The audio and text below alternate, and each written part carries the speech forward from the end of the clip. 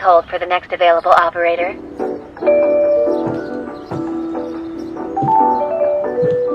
Welcome to Boothworld Industries. My name is Samantha, and I will be your operator today.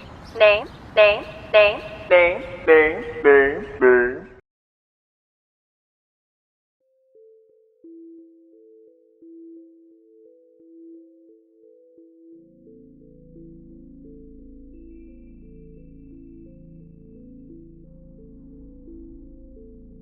On April 19th, 2013, during an area which was perhaps the golden age of people questioning whether what they were reading on NoSleep was true, a post was made by a user going by the name of simply Boothworld.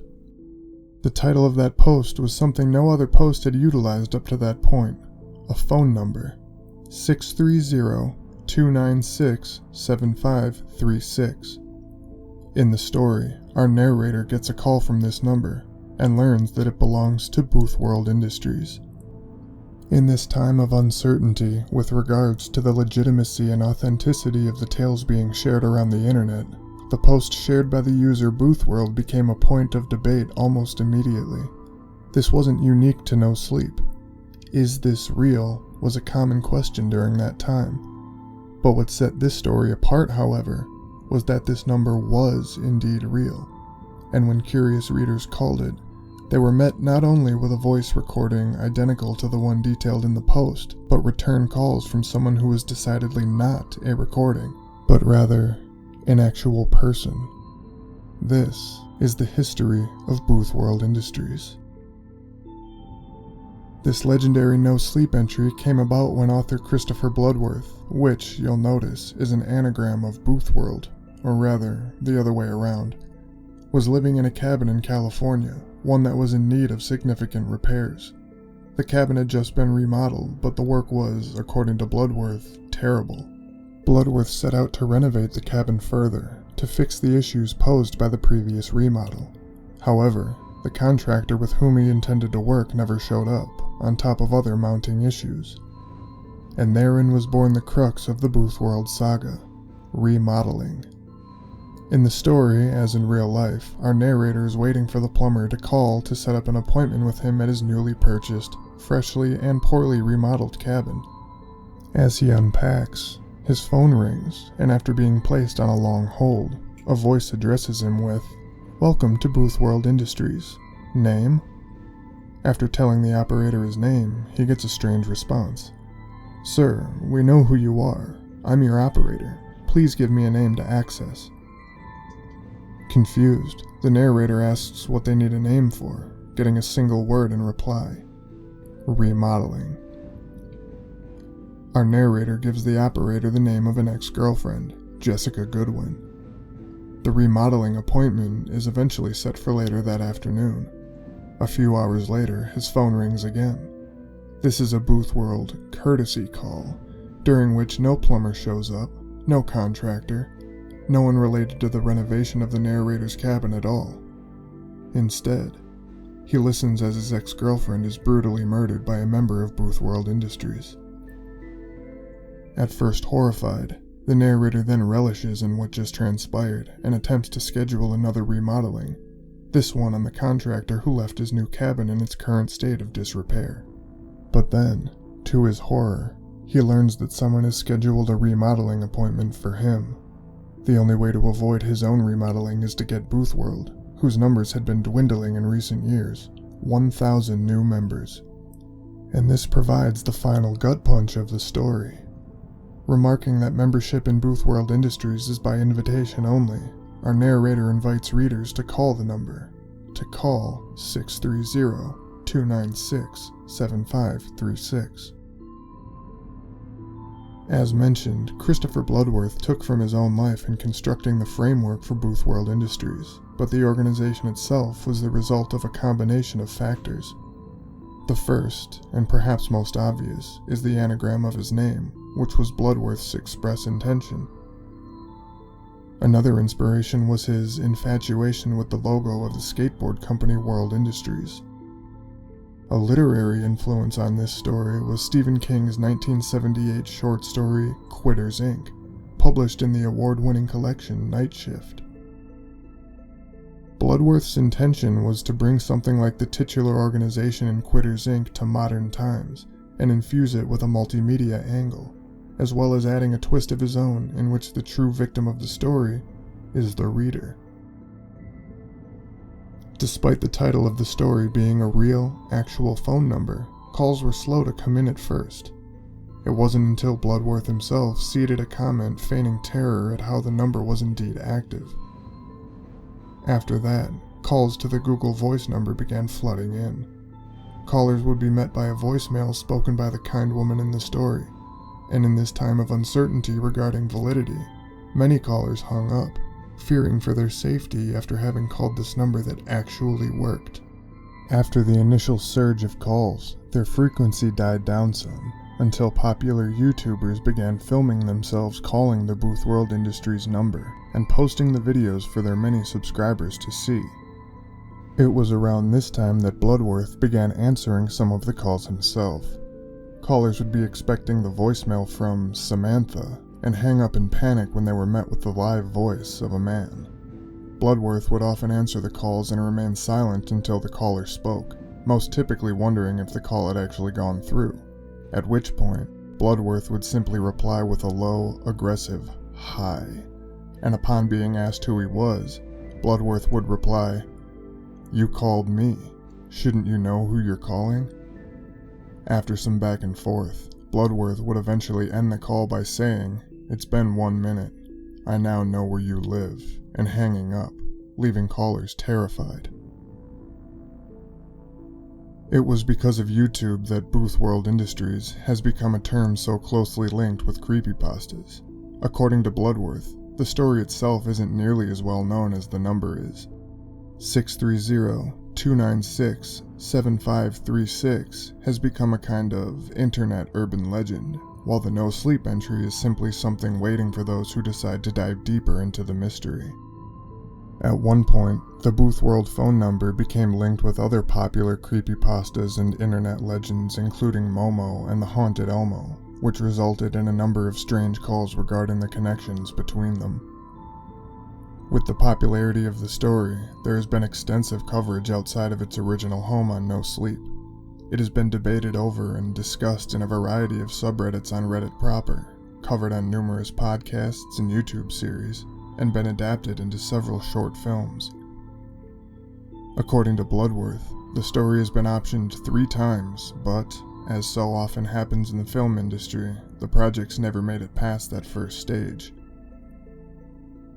Usually on 100% True, I like to find out if there were any story angles that were dropped before posting, or any alternate endings, but with Boothworld Industry and Christopher Bloodworth's writing in general, there simply are none. According to Bloodworth, he writes, quote, "extremely clean, with the only changes to his works being to grammar and story structure."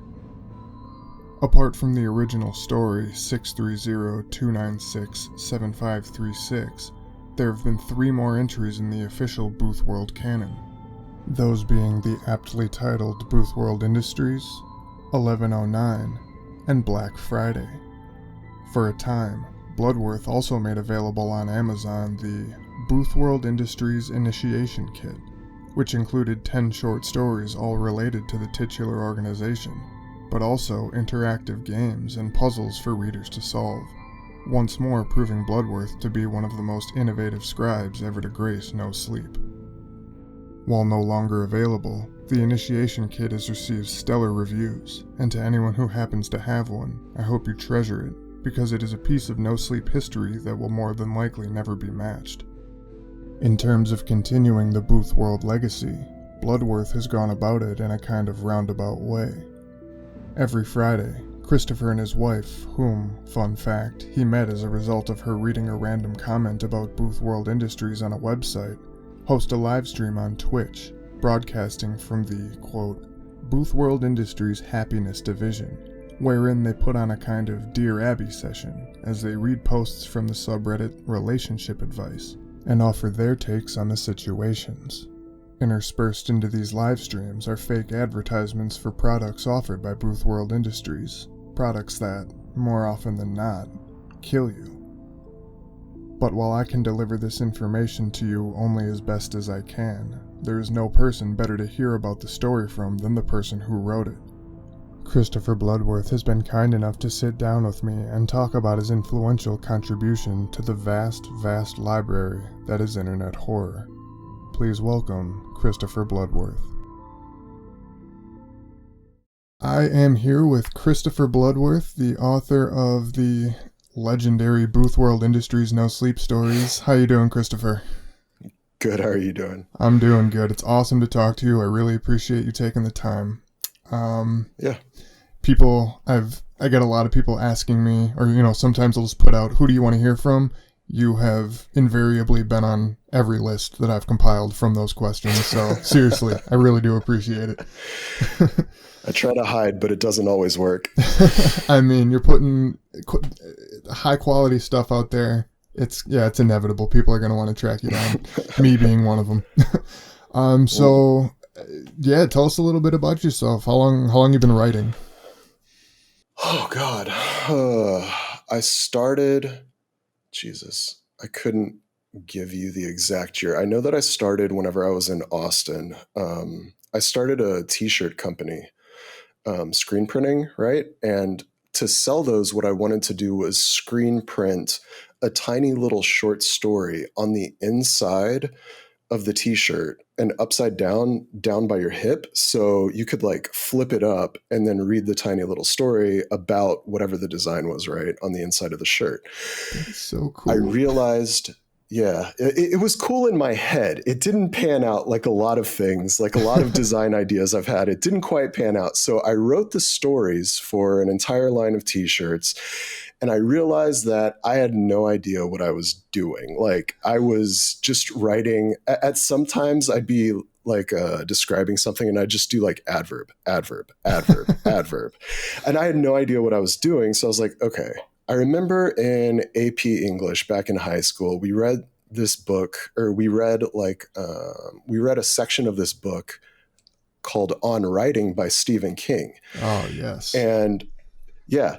And the exercise was we were supposed to go through like the passage and find examples of different sentence types and yada, yada, yada. It doesn't matter. But I remembered that being a book on writing. And that was the only one I could think of and that I knew about outside of just like grammar manuals. So I went to my local used bookstore, grabbed a copy of On Writing. I read the whole thing and it was like, okay, write roughly 2,000 words a day. Okay, I don't know what that means. Sure, fine.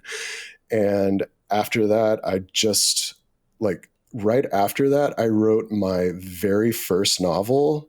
And then I wrote a second novel. And then I started writing short stories for NoSleep. Really? You started with novels? Yeah. Needless to say, the t-shirt company didn't work out. Dude, you know what's crazy? I also started a screen printing company. Did you? Back in 2012, yeah. It was called NBG Printing. And it was like fully licensed. And we did, we made a couple just like, crappy t-shirts for us and our friends. But then one of my friend's brothers, he was a semi-pro football player. I don't know how it happened, but we ended up getting the contract for all of that football team's merchandise. And a whole semi-pro team? Yes. And it was insanely overwhelming, and we were so ill prepared for this. We got it done, but we were literally using our oven to dry the shirts because we didn't have like a regular dryer. You didn't have the conveyor belt. No, we didn't. So we were literally putting shirts on trays, sticking them in the oven on both shelves. We ended up using both the neighbors on either side of our house to their ovens too. It was a shit show. Oh yeah, the off-gassing of that is extremely healthy to breathe in too. So. Oh, dude, it's so bad. It was a fun endeavor, but it was born entirely of me being manic and wanting my own cool t-shirts. Like it was bad. I thought I was making my own clothing label. That was my idea, is that I wasn't trying to do so much of like a screen printing shop, even though I later ended up working in a screen printing shop after this whole fiasco. But I was trying to make my own version of Bathing Ape, which is like this high-end streetwear thing out of Mm-hmm. Japan. I mean, it's not exactly high-end anymore because it's kind of gone, but I mean, it's still Yeah. there, but it's kind of fallen off. But yeah. Okay. Yeah. And I think that actually might have kind of been my idea in the first place, but I was Oh yeah. just so like, I just went about it in the worst way possible, and it ended up being a screen printing company. Like, it's not like I set Oh out and I was like, no. I want to make t-shirts for other people. I was like, I want to make my Yeah. own t-shirts, and then it just became that. It was, yeah, it was just, Yep. it was terrible. So, Yeah. so you said, so you wrote 2 novels before you started writing short stories? That's crazy. I just finished my first novel after 5 years. hmm Well, What are those well, novels? when you don't know what you don't know, it's really easy to do things.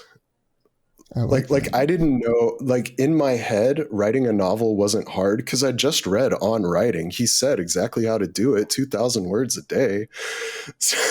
Yeah. So I would later come to find out that, oh, novel writing's a little harder than I initially thought because that first novel had multiple plot holes in it, and like I changed the plot 3/4 of the way through, and then I was like, oh god, so then I have to go fix it in the beginning, and then I was like, no, I'm not doing this. So the first one I just tossed, and then the second one was a handbook for a teenage antichrist, which I actually put out on Amazon. Okay. Yeah, I'm familiar with Handbook for the Teenage Antichrist. I haven't read it hmm yet, I'm sorry to say, but I Oh, that's fine. It's not, I don't think it's on Amazon right now. I think I pulled it because it was originally supposed to be a trilogy, but I never ended up writing the second or third book. So I kind of felt bad about that because it kind of leaves on a cliffhanger. So I was like, yeah. I better pull this for now. So it's in limbo essentially. Okay. All right. And then so you do these 2 novels, you start writing short stories. When did you start posting to NoSleep? Oh God. It would have been like I didn't take any time between the first 2 novels. So I wrote the first novel and I was like, that was terrible. Okay, I have this idea for a second novel. So I write the second one. And then I was like, okay, how do I get people to read the first one? What the hell do I do? And that's when I found out about No Sleep. And that's when I was like, oh, okay. So essentially, writing a short story, scary story, needs to have kind of, a twist at the end. And at that time, most of the stories were. They were more ghost stories, and Mm-hmm. I wanted to bring more of a realistic, dark vibe to No Sleep. Like my girlfriend at the time, I told her like I wanted to make people actually not sleep after reading my stuff. So I went more in the disturbing dark area than the scary things in the shadows area. Yeah, and you did it well. Yeah. And I've always been on the fence about it, personally. Like I started off in No Sleep writing like ghost stories, demon stories, hauntings and stuff. Right. But hmm I can, well, I mean, you know as well as anyone, I'm sure that No Sleep kind of goes through waves. It fluctuates, it ebbs and Yes. flows, and like what's popular now won't be popular in 3 months. And Right. it's for me at least, it was always hard keeping up with that because I like to write what I like to write. So like Yeah. I'm not gonna change what I'm writing just because something's more popular. I mean, maybe if maybe, but like, yeah, I don't know. So that's interesting that you kind of went against what was popular at the time. I like that. Yeah, and I really solidified it because I won one of the monthly awards for Soul Game, which is a short story I wrote. But I won that, and people were expecting more because that was one of the few demon sort of ones I wrote. Yeah. And as soon as I wrote that and I got that award, I was like, man, I am not getting pushed into this category. So I followed that one up with a kitten crushing short story to very clearly Jesus. let them know that, yeah, it was very clearly a punch to the face of any readers who were expecting me to continue doing some sort of demon thing. Cause I was like, I'm not going to get pushed into that category. Let's push them in the other way. And that's probably my least liked story ever. So I mean, I'm sorry to say, I absolutely see why.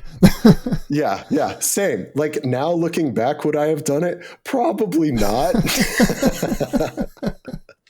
Oh man, I've never read that story, and I can't say I'm Yeah, disappointed.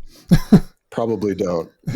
And oh God, I put a little multimedia bit in it. Like, there's Oh this God, older song. I think it's from the 90s. It's called It's Just a Little Crush. It's like a sounds whole song. vaguely Like if you look it familiar. up, yeah, you would have heard it on the radio for sure if you were alive in the 90s. But I tied that in with it and like linked to the song. So I really drove home never again. Will not do that again. Really wanted to shove it in people's faces. I see. Yeah. I like your style, Mr. Yes. Bloodworth. So, kind of coming off from there, the story that this whole episode has been about, Boothworld Industries. Yeah. So I finished all. Okay. So the original stories I was writing under my Bloodworth username, I wrote individual stories. And then at the very end, I tied them all into one story with a master arc story that tied all of the previous ones, which made all of the previous ones be able to be read in a completely different way. As soon as I finished that, I moved to California and I ended up on the side of this mountain in Crestline, California, which whenever I moved back to Texas from Crestline, I found out that the movie Psycho? No, that's not it. Creep. The movie Creep was filmed in Crestline shortly after I moved, which is crazy because I No really like kidding. that movie. I love Yeah. that movie. Anyway, yeah, right? It's so good. It's felt like I used to walk around that lake where the dude hits the other guy with the axe at the very end. I used to walk around that lake almost every What? single day whenever I was there. Yeah. That's nuts. Yeah. So I was in a cabin up there and it had just been renovated and they didn't finish a whole lot of the stuff that they were supposed to. Mind you, the whole month previous, I'm living with my girlfriend's grandma. So I have to live with this grandma because they're still renovating this thing. And then whenever they finally get it open and I can go into it, it's still not finished. And that's where the whole idea, like that's where the remodeling part came out of that. And I'd also really loved the movie. God, is it called Cat's Eye? I think it's called Cat's Eye. It's an older movie. It's all Stephen King short stories woven into a tapestry, and Yeah. there's a short story that one of those is based on called Quitters Inc., which is it's like these mob guys are trying to convince people.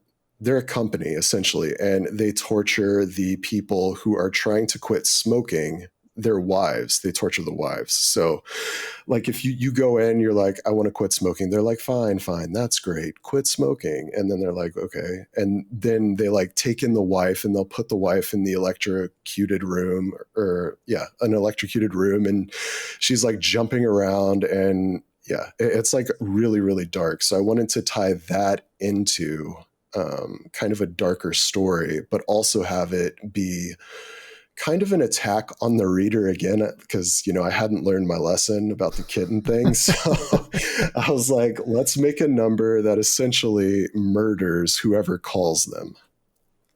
Man, and that was nothing like that had ever been done on NoSleep before. Mm-mm. Like you were, and so, when you posted the story, did the calls just start flooding in right away? No. People were like, oh, okay, this is a fun story. I really enjoyed this story. The number wasn't ringing. Like I was sitting in Google Voice watching and waiting for calls to start coming in and was like, oh, they don't think this number is real. So I had to go in there. I don't remember exactly which comment was mine, but I made a new account and posted one comment. It was like, wow, the number works. Oh my God, something along like that. And then Yeah. the calls slowly started rolling in once people realized that the number actually worked. Yeah, I remember years ago. Obviously after the story came up, but when I first found NoSleep, that story was one of the first one of the first ones that I found and read, and and I was one of those people. I didn't know that No Sleep was true but not true, you know? Right. And so I called the number, and I'm like, I remember I was just like, what? Like, I was like, I just called this. I'm like, so this is a for real thing? Like, why is this allowed? Like, why isn't somebody shut this Boothworld Industries down? Yeah, right. And then, not long after that, I got kind of the hang of No Sleep, and I was like, damn, that was just extremely well executed. It was essentially just an extension of the Soul game, which was people, by reading the Soul game, you now had to play the Soul game. By knowing the rules, you were now a part of the game. That was essentially what Boothworld was, taken up exponentially. Okay. Yeah, that makes sense. And if I remember right, you actually started calling people back, right? No. Usually what would happen was I would pick up and I would sit there quietly, because if the phone stops ringing, you typically wait for somebody else to say hello, and that's how the convention usually goes.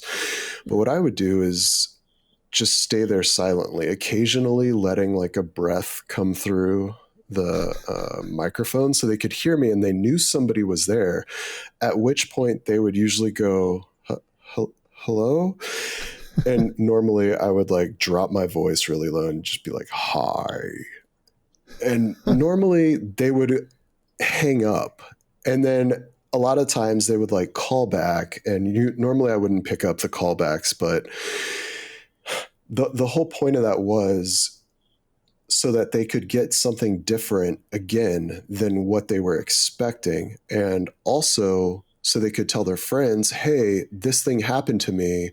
And then their friends would call, and then they would look like a liar. So, because I wouldn't pick up for like another couple minutes because I knew what was happening. And I mean, occasionally, sometimes if they made it through the high, then they almost always would ask the same question. I can't tell you how many times I've been asked, who is this?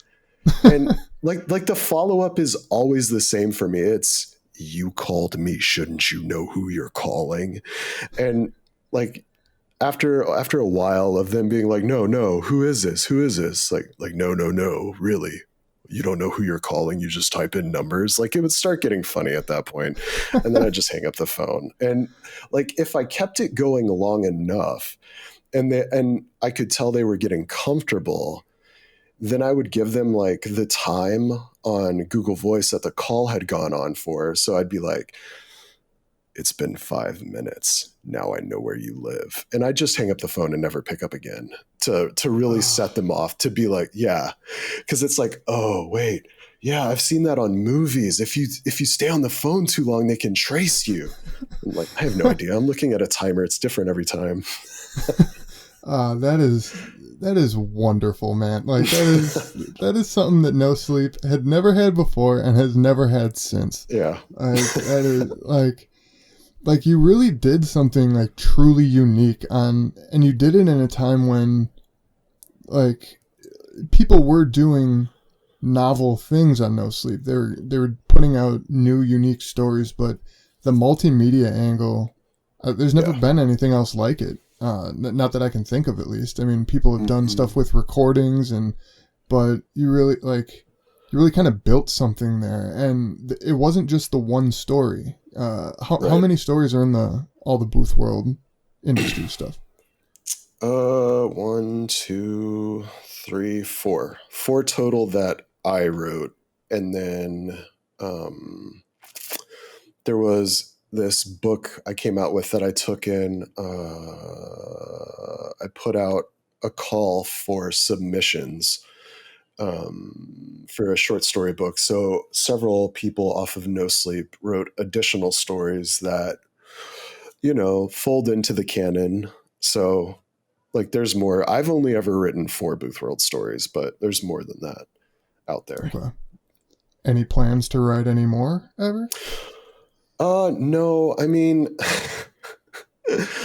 like a lot of the stuff I play with Boothworld is more on a like kind of funny, almost camp, because at this point, most people are to the point where it's not really scary anymore. Like a lot of people are calling like whole lists of creepy numbers. If you go on YouTube and look up cursed number, there's like these entire compilations where they just hit one after the other, after the other, after the other. So Yeah. yeah, like I'm probably not going to write another one. Yeah. I feel like if you did, like, and it would have to be you, obviously the creator of it. I feel like you could Right. definitely revitalize like the, I mean, because No Sleep has obviously changed to a point now. I mean, if you don't know that everything on No Sleep is fiction, you're living under a rock. But like, Right. um, yeah, I don't know, because that was just. I'm remembering myself now reading that and just how like visceral that was after having called Yeah. the number, and that was phenomenal stuff.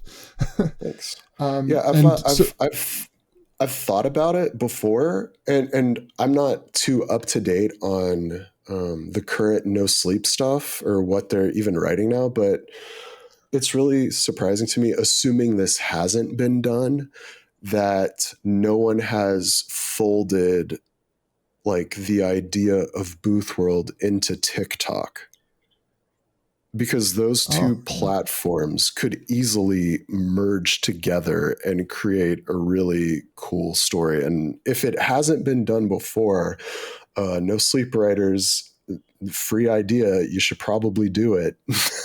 like I'm not kidding, I genuinely might do that.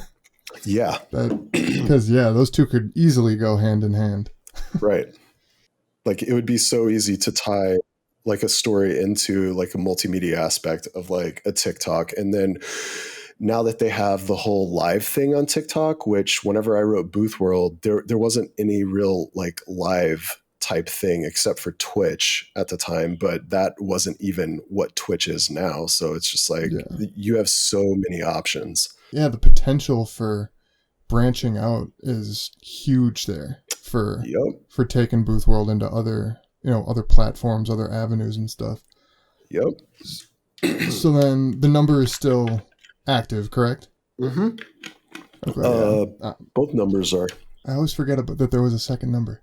Well, it was only ever put out in that initiation kit book I like talked about earlier, and then I gave it to, or I sent it to a YouTuber as like a response, which ended up blowing the second number up. So now the second number has completely eclipsed the first number, and people don't even know why they're calling either number now.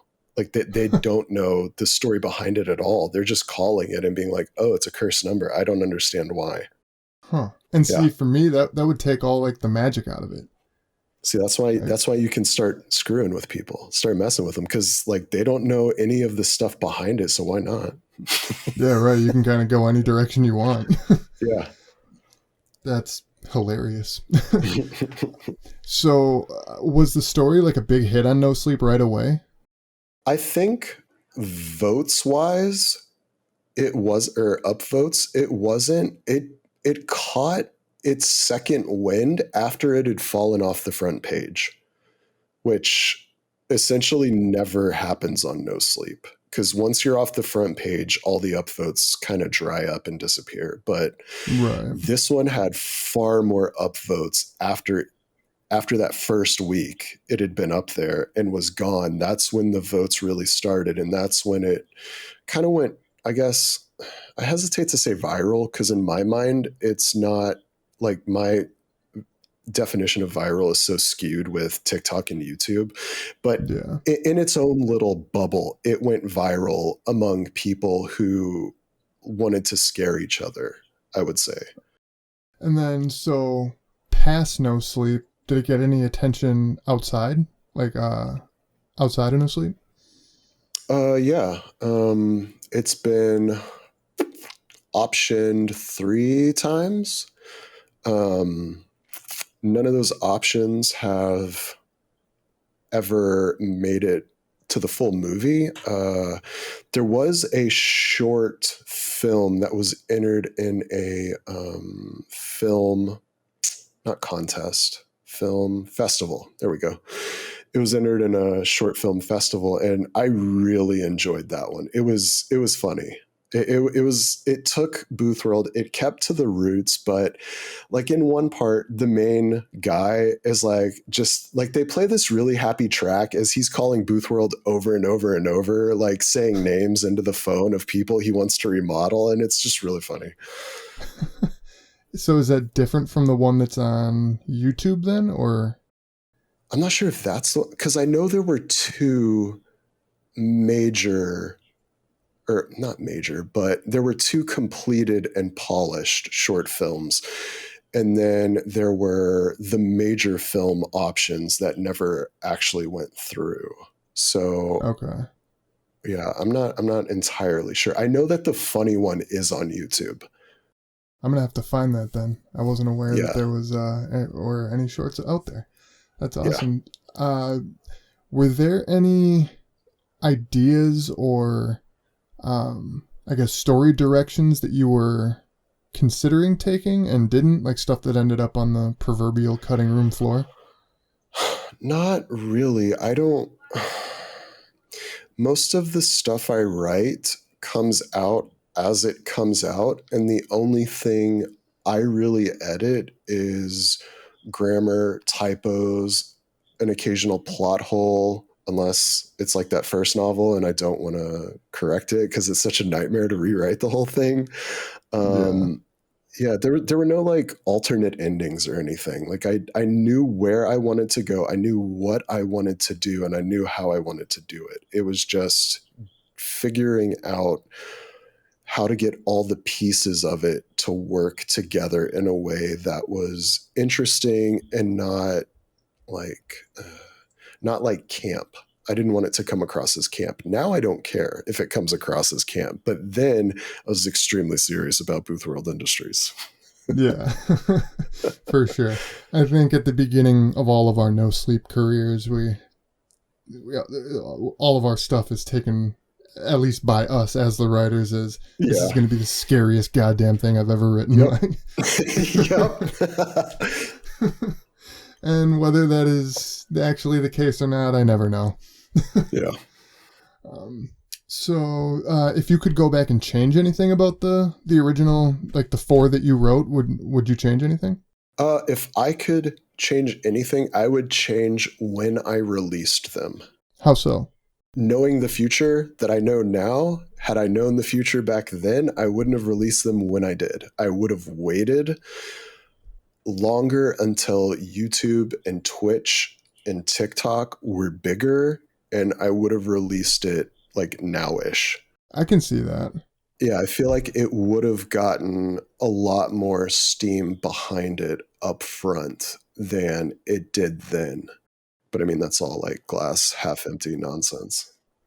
Right, but no, I get what you're saying. Like, if it would have been now, because it came out back in 2013, and yeah, that was really before. And I mean, TikTok is a behemoth now, and everything gets kind of folded into TikTok. Yeah, back then I don't even think it was Musical.ly yet. Like I don't think it. Yeah, Vine was big then, because I remember shortly after I downloaded Vine. After I wrote Boothworld, I downloaded Vine for the first time. Yeah. Okay. Yeah. I could have, non-seriously, I could have been Logan Paul. Oh man, I'm so sorry. Yeah, right. I just watched the post-fight interview of him after he fought Floyd Mayweather, I truly wish I had the opinion of myself that Logan Paul has of Logan Paul. He is the most confident person I've ever seen. Yeah. And if you think he's the most confident person, have you met his brother? Oh my God, dude. Like those guys are just. That's like tonight. Jake fights tonight. I'm hype. I'm ready to watch that thing. Who does he fight? He fights Deontay Wilder. Oh my God. Yeah, like the big MMA guy. So yeah. Yeah, that's Deontay tonight. Wilder is a monster. Oh, I didn't know that. Yeah. I'm absolutely watching that. Yeah. So thank you for letting me know. Uh-huh. But all right, well, let's stop talking about horrible YouTubers and Yeah. hopefully them getting their asses beat. Yeah. So how many short stories would you say you've written? Or I guess I should say, how many no sleep stories would you say you've written? Oh, Jesus. 8, 15, 16, 17, 18, 19, 21, 22, 23, 23-ish under stuff that can be traced to me. And I've ghost written several stories for other people. Oh, wow. Can I Yep. ask, like, which, No. like, no? Okay. No. I can talk about ghostwriting. That's not a problem, but I can't say who I wrote for. Oh, right, yeah. Okay, I was thinking stories. I didn't want to put any authors on the spot. No. Because, but then in that case, still, yeah. yeah, I think once people started realizing that there was money in NoSleep, of course, like what always happens, once people realize there's money in it, other people come in that want to capitalize on that. And Yeah. at the time, I needed money, so I ghost wrote 5 or 6 stories. Oh, wow. Yeah, for money. And yeah, I think one of them is still on the top 2 pages. Really? Yeah, of all of NoSleep. I think it's still there. I haven't checked recently, but yeah. So, I mean, does that kind of sting at all that you don't get No. the credit for that? Uh-uh. No? No. Well, here's the thing. Much like Boothworld, I always put some sort of time bomb in anything I create. Like, okay, let me rephrase that. Boothworld, for people that don't know, Boothworld is an anagram of my last name, Bloodworth.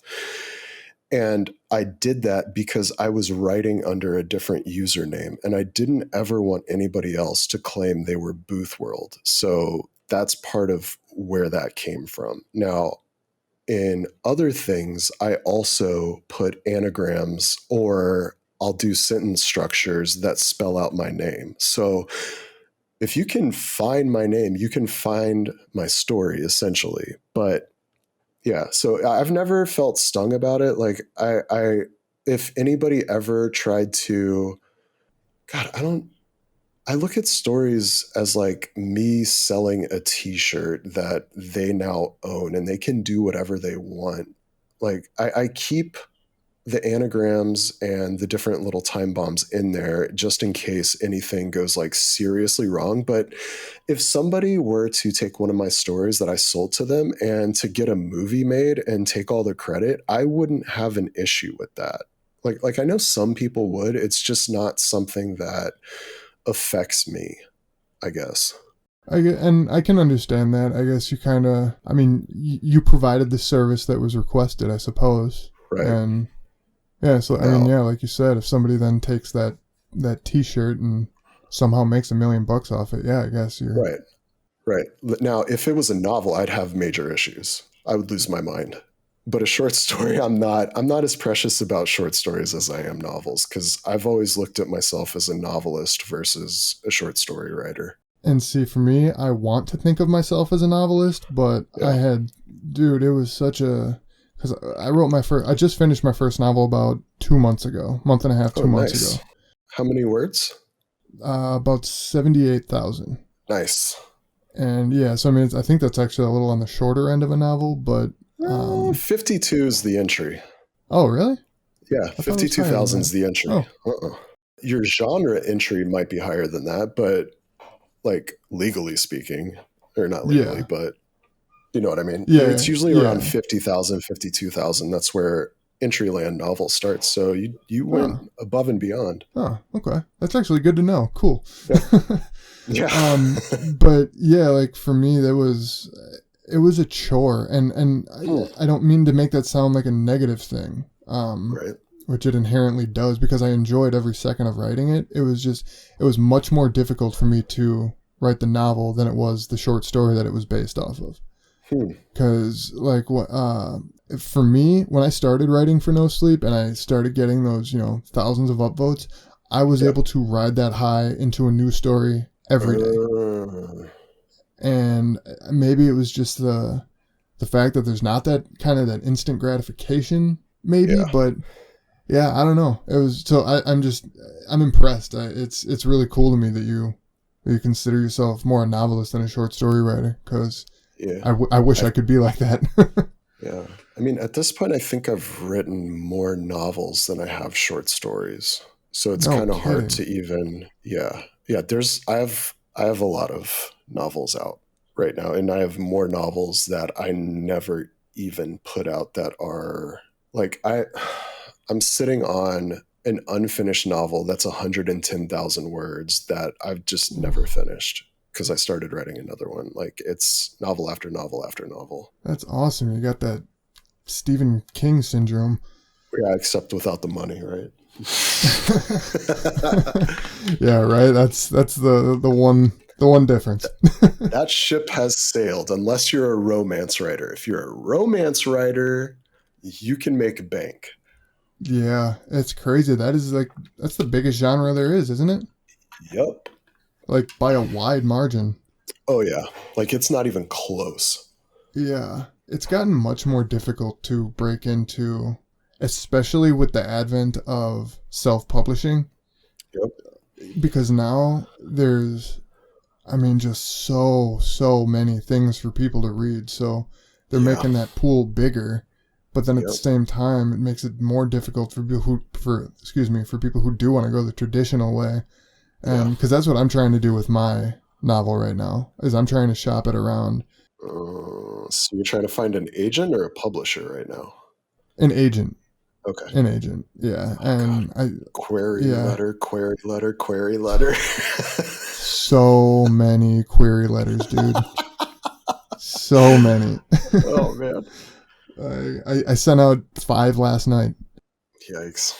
Yeah, and it's a grind, but I don't know. I'm confident in the book. I know it's good stuff. So, and I was happy when I got my first rejection letter. Like, I feel like that's something every author should have. Yeah. I should say every author who's trying to make it in the industry, like, because that just means that somebody saw my stuff. Yeah. Period. That just means somebody saw my book, and like nothing came from it. But like, I'm fine with that, because again, like, unless you got something truly unique, truly genre breaking, groundbreaking, like it's not going to happen the first time. Yeah. So what's next for you? Do you have any upcoming projects? Do you have anything like that? Okay. I've gotten really into stock trading. Oh. Well then. I have gone completely off the rails. Like, oh God. Okay. So I'm sure you heard about the whole GameStop thing, right? Mm-hmm. Okay. So around that, like, I've always been in that subreddit, Wall Street Bets, but I usually just looked at it as like, oh, these are like funny things. Oh, these people are being insane. And then all the GameStop stuff started happening, and I hopped in on GameStop. I did really well, and I realized that because I had done so well, so easily, so quickly, I was like, wow, this is really dangerous. This could go really wrong for me. Much like that first novel, I didn't know how much I didn't know, but I'd done the thing. And I'd taken my knowledge from writing that first novel to go, okay, you need to chill out, pull the money out, chill out, walk away from this. If you want to keep doing that, that's fine. But much like your future novels, you need to learn what the hell you're doing and why you're doing it, versus hoping to get lucky that first time and get out by the skin of my teeth. Because, I mean, essentially at that point, I was gambling in GameStop, which a lot of people are talking about how they're day trading like GameStop, and like, no, you're gambling. Like, you don't, if you don't understand the signals and you don't understand why the markets are doing what they're doing, you're essentially gambling. You're putting money on a horse. So I've been spending essentially the last, I don't know, 8 months, um, reading about markets, reading about futures markets, and I've started trading futures. So that's what I've been doing recently. Huh. Wow. Yeah, I can honestly say that's not the answer I was expecting. yeah, I went from writing roughly 10,000 words a day to writing 0 words and waking up at, I don't know, 4:30 ish, 4 o'clock, to stare at stock market screens. Like, it just flipped that fast. And like, I originally thought I was taking, I don't know, like a couple weeks break during that whole GameStop thing. And then I was like, you know what? I really, really, really enjoy this. I would like to do this, but I need to know what I'm doing. So I've just been learning and doing all that. And I have not written anything since, God, December of 2020. I mean, good luck, dude. Like that's Thanks. that's awesome. I know less than zero about the stock market. Um, I just bought my first crypto. Yeah. Yeah, just bought $50 worth of something, and I'm not gonna look at that for, I don't know, Yeah. a couple years. So Probably safer that way. Probably safer that way. And you only spent $50. So like, if you lose it, who cares, right? exactly, and like I know myself. I can go to a casino, but I cannot Yeah. bring a debit card there. I have to go with the cash that I have because I know myself, and I know that if I have my card, I will continue. Like I am the definition of an addictive personality and Gotcha. impulsive, and yeah. So I mean, more power to you, man. Like I wish I could do stuff like that because Yeah. it seems fascinating, like the whole stock market and everything. And I just, yeah, nope, can't do it. Yeah.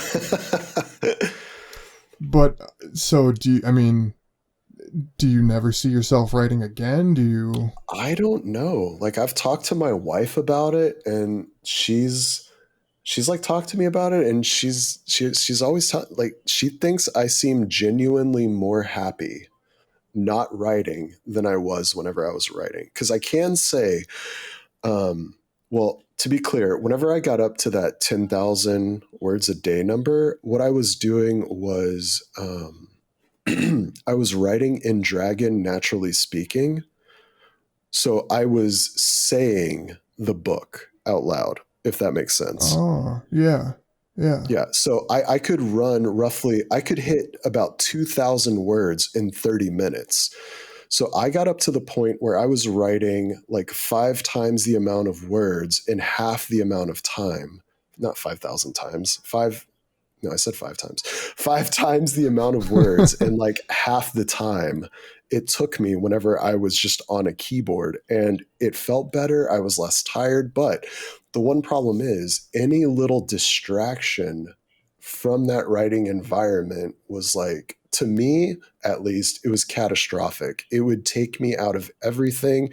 I'd have to wait to get back into the flow. Like, I was doing all of this sitting on the ground underneath my computer desk, because if you're doing Dragon Naturally Speaking, as the words are showing up on the screen, you unconsciously slow down as you read over what you're writing with your voice. So you have to like not look at the screen in order to hit those speeds you need to hit for it to even have any like positive benefit. Yeah, I've heard of, I know a couple other writers who use kind of the voice to text, and Yeah. I've never tried it, and it like, yeah, I think what you just said would, that's what I picture as being it seems too distracting to me. Yeah. Yeah. And if you're not used to thinking punctuation, it's extremely hard. Like, I've always, whenever I'm typing on my phone, like in my head, I've always said period, question mark, whatever, comma. like I'll say those things in my head as I'm like thinking about what I'm typing on the screen. So it was very easy for me to shift over into like saying what, like doing my writing out loud. Whereas other people, you have to say every punctuation, like open quotes, hi there, how are you? Question mark, close quotes, Billy asked, period, new line. Like that's how you have to do the whole thing. Oh man, I feel like it'd be very easy to make mistakes, at least in terms of formatting. It once you get used to it, like you don't even think about saying open quotes, close quotes, new line, question mark. Like you don't think about that anymore. It's just part of what you're doing. I might have to look into that because for me, what changed the game for me Yeah. was I started writing everything by hand, like pen and paper. Mm. And that has, I mean, my wife was pushing me to do that for like 2 years. Hmm. And when I finally took her advice, it changed everything for me. Cause yeah, now that you say, I'm sure, yeah, once you kind of get used to it, I imagine it would just all kind of flow together. Yeah. It Yeah. would just kind of roll off the tongue naturally. Yeah. You essentially make your characters have conversations with themselves out loud. So you catch a lot of the things where you might type like an awkward sentence. If you're doing it, narrating, there you go. That's the word I've been trying to think of this whole time. If you're narrating it out loud, you automatically go, whoa, whoa, whoa, this person would never say this. I just heard that with my own ears. That sounds ridiculous. And then you go fix it right then. Whereas like if you're typing it, you're like, oh yeah, they totally say this. And you don't even think about it until you like go back over the edits and you're reading it out loud and you're like, oh no, they would not have said this. This is not right. Yeah, that definitely happens all the time. Yep.